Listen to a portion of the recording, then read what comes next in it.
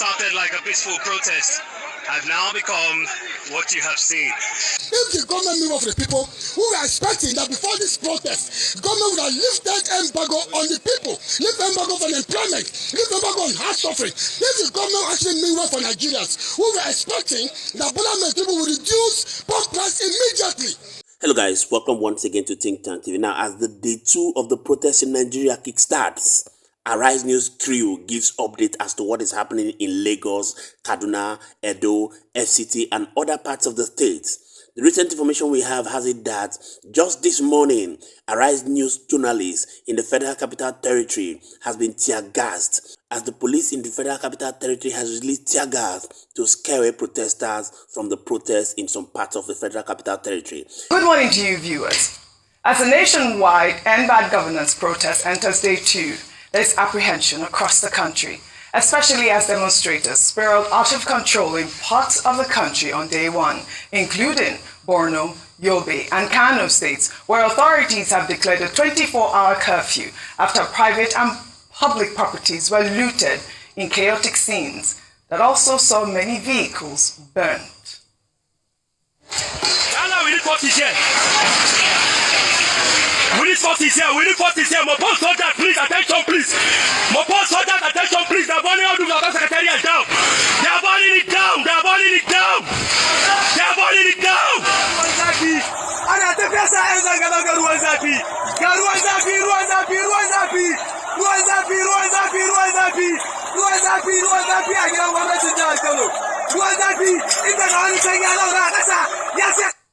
Well, in Niger State, at least 6 people are now feared dead. The police say they arrested 11 armed hoodlums who set fire to a government building after looting it, while the police fired tear gas to disperse defiant protesters who attempted to gather at the Eagles Square in the Federal Capital Territory.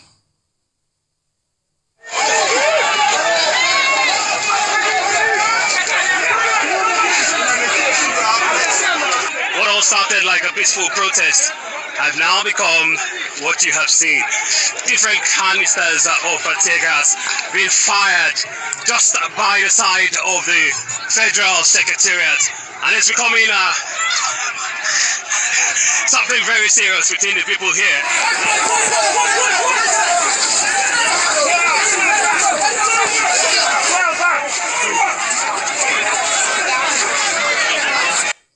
These were horrific scenes. Meanwhile, as protesters scampered for safety, the Minister of the Federal Capital Territory, Nyesom Wike, was at an event where he presented the staff of office to 4 newly appointed graded chiefs in the territory. Well, during the event, Wike said that the federal government is now open to having a dialogue with the protesters. He also commended the protesters in the FCT for not being violent and urged them to resist those who want to destroy the nation.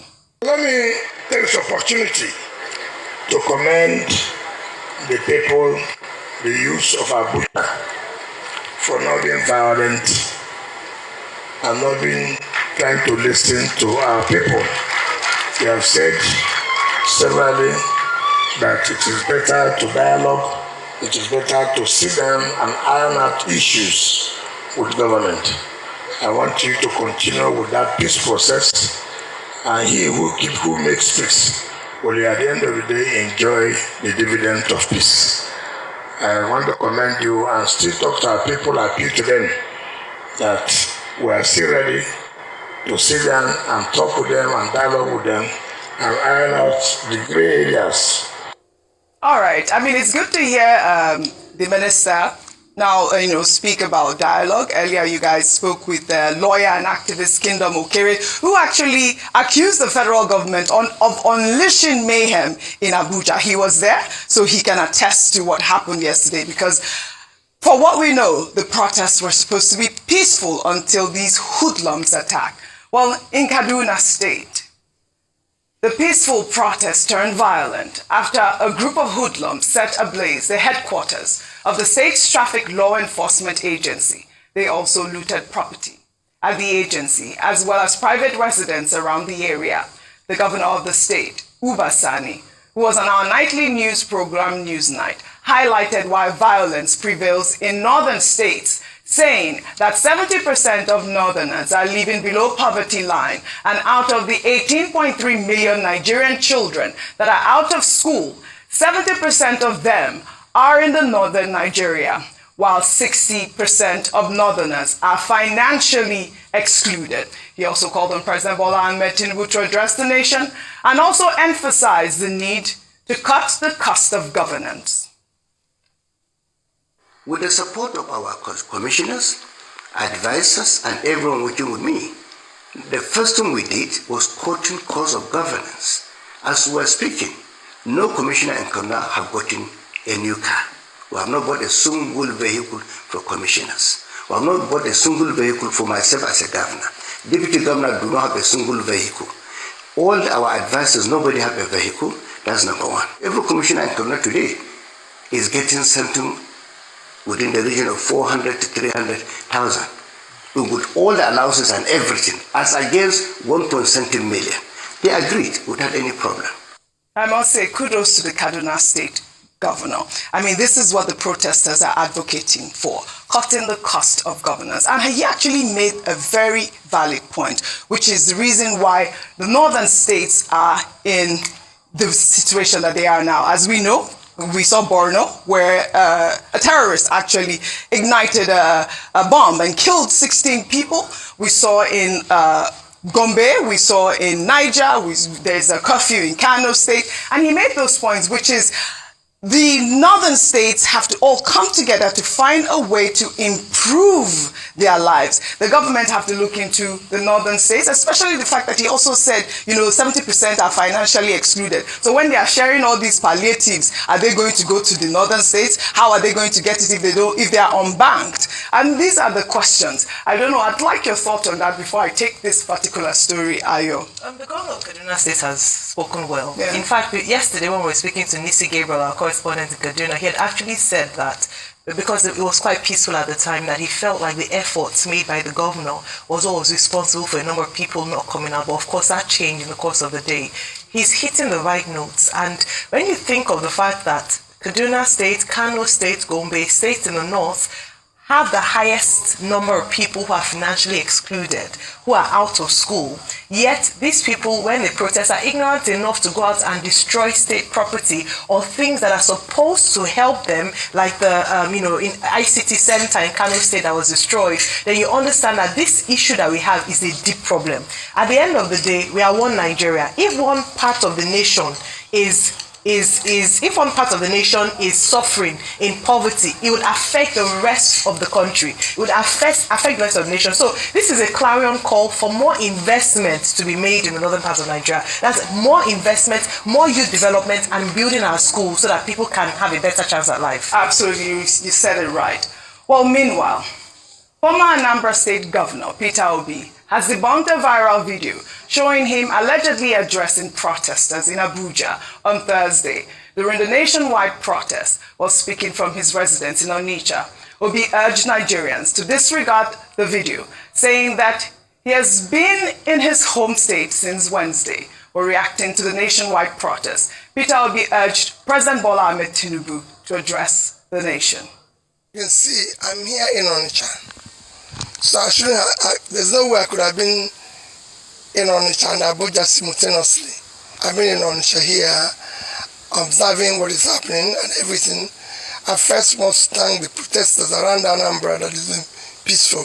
And I believe to most parts of Nigeria it's been peaceful. My message first is what I said to the protesters, that their demand, which is legitimate, must be within the law.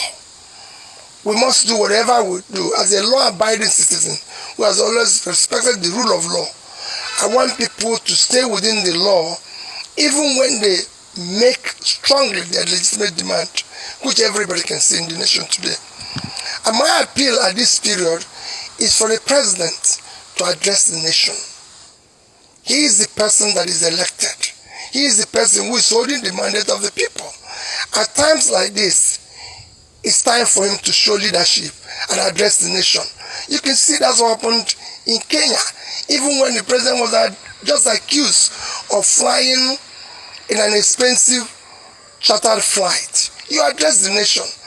doing so through your aides or appointees is not the same thing, because we didn't elect those people, we elected him, so he should address the nation. Said, I mean, we did see, I mean, this is what we've been advocating here on the show, Rufai, but we did see that viral video yesterday where it appeared that, you know, Peter Obi was in Abuja, you know, speaking with the protesters, but he has debunked this story that he's in Onitsha, like he said. But really quickly, Rufai, the point he made about, you know, President Tinubu addressing the nation, which is such a critical point. We must be careful about fake news. We must be careful about people sharing old videos, and that's why please independently verify things from many sources before you're able to put it out there. Secondly, that's what we've been calling for since last 2 weeks. In fact, I even muted the idea of a Twitter Spaces. Anything we must do at a time of critical crisis, the president must show leadership, must address the nation. I think I've told the story of General de Gaulle ad nauseum here. When France had this protest in 68 called Swords and Wheat, and the protesters was about storming the Elysee Palace. General de Gaulle ran away. You know what he said? He said, I will not allow on my watch French blood to be spilled, because he knew if he had stayed at the palace, the police and the authorities would have resisted the protest and it would have led to loss of life. So please, President Tinubu, it's not a stance of weakness. You are not weak if you come out there and say fellow Nigerians. We'll listen to you. Yes. Talk to the people, talk to the protesters. Say you empathize with them. Say you feel their pain. Say you are going to cut costs of governance. Absolutely. Say these are the modalities you will do to ensure things get better for people. Also call them to reason with you. They will reason with you. Nigerians are not hard-hearted. And also condemn everybody that is trying to turn this into ethnic bigotry or divisiveness. It's not about tribe. It's about all of us facing this. And tell everybody to calm down. And offer your condolences to life lost. Absolutely. And say, how can we rally around and build the nation forward? If you say these words, people get out of the streets. All right. They want to hear you. Absolutely. We certainly do need to hear from our president. But we now cross over live to Port Harcourt, River State, where Andy Omano is on standby. Good morning, Andy. Can you give us the situation on ground there? Okay. It's a little bit calmer here, Ayo, up until about 45 minutes ago, when we got wind of the fact that some of the protesters yesterday are regrouping, and we needed to rush to the spot. Where I am talking from now is directly in front of the Federal Secretariat in Port Harcourt. The Federal Secretariat in Port Harcourt is sandwiched in between the popular Rumola bus stop and water lines on the Aba-Port Harcourt highway. It's a major entrance way to Port Harcourt. As I speak with you right now, both sides of this 4-lane road is cordoned off. What that means is vehicular traffic is not allowed at all. The protesters are growing in their numbers. When we got in here about 30 minutes ago, they were not up to 500, but as I speak, I think they are surging, going to 700, and we got information that more are coming from different parts of Port Harcourt.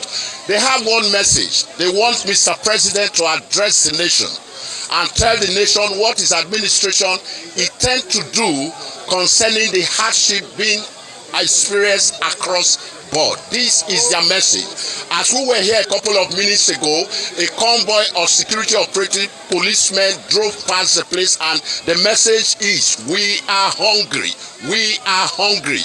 We needed the right thing to be done so that Nigerians can eke out a living on their own and be able to fend for themselves and their immediate family. They are still regrouping. We got information also that there is likely going to be another one at Ozuoba. Ozuoba is the way leading to Shoba, the University of Port Harcourt community. And so, as the situation unfolds, we'll definitely let the live studio of Arise News know what is happening here in Port Harcourt. Second day of Good Governance protest. Yes, Doc. Andy, you are surrounded by, some very eager gentlemen around you there. We would like to speak to at least one of them. Let's hear from them. One of the protesters. Absolutely, Doc. Okay, can I Can I have you? Can I just have you? You are going to, this is your camera, introduce yourself, and you need to tell us what this group is and why you are protesting. That's your camera. Good morning. My name is Comrade Oscar. It is unfortunate that we have a government that do not have a listening ear. The masses has come out to protest. There is a demand. Unfortunately, the federal government of Nigeria, led by Bola Ahmed Tinubu, has refused to pay attention to the demand. This protest is not like an emergency protest. This protest has been rumored for up to 3 weeks or a month today. If Bola Ahmed Tinubu actually mean well for Nigerians, who are expecting that the demand of the people were all over the internet, the demand of the Nigeria was that there is hunger on the land. The demand of Nigeria was the pump price is on the high side. The demand of Nigeria is that we cannot be able to afford anything in the marketplace again. As we speak, 5,000 naira cannot cook a pot of soup anymore. As we speak, 1,000 naira cannot buy ice fish again. As we speak, things are difficult. Nigerians are suffering. What do we have? No employment is going on. CBN has not done employment. When was the last time CBN did employment? When was the last time NNPC did employment? When was the last time NDC did employment? When was the last time SDOMOBI did employment? When was the last time NPA did employment? All these federal government parastatals, when was the last time they did employment? If the government move for the people, who were expecting that before this protest, government would have lifted embargo on the people, lift embargo for employment, lift embargo on hard suffering. If the government actually mean well for Nigerians, who were expecting that Bola Ahmed Tinubu will reduce pump price immediately. As we speak, it's not Bola Ahmed to reduce pump price. We are now buying price for the rate of 900 naira, 1,000 naira. It is difficult for us. It is hard for us to survive. We cannot even take care of our responsibilities anymore. We cannot take care of our parents. We cannot even take care of ourselves. Guys, you've seen it for yourself. Now, it's amazing how whenever they talk about the hardship in the country, the best bet for the federal government and state government is to do what to release rice to the people. People are saying we are hungry, you release rice for them. People are saying fuel price is high, you release rice for them. People are saying that the price of electricity bill is high, you release rice for them. For goodness sake, this is a true explanation of the fact that the federal government sees the people as hungry. But there are policies that must be put on ground that I think the federal government already knows. But one will begin to ask, why are they refusing to put these policies on ground? Obviously, as you have taken away the subsidy on petroleum product, the best thing that you should be doing is to put subsidy on fuel, remove the taxes on importation of food items, and do what to subsidize other areas that would affect the Nigerian nation. You have seen it for yourself what happened in the north, where people go out on the street and go ahead to destroy properties that belongs to the state. And this is happening simply because they do not understand the implications of that action. That it is obvious that when you destroy these things, it is taxpayers' money's property you're destroying. That automatically means you're destroying your own property. So this is happening because the people are obviously not educated. And what should the government do about educating the people? It is high time that the federal government declare a state of emergency in the educational sector in Nigeria to ensure that people become educated massively to forestall such havoc in the future. Please do want to drop your thoughts in the comment section. Let's get to know what you think about the current protest hitting the rich nation of Nigeria, and we shall continually be here to serve you.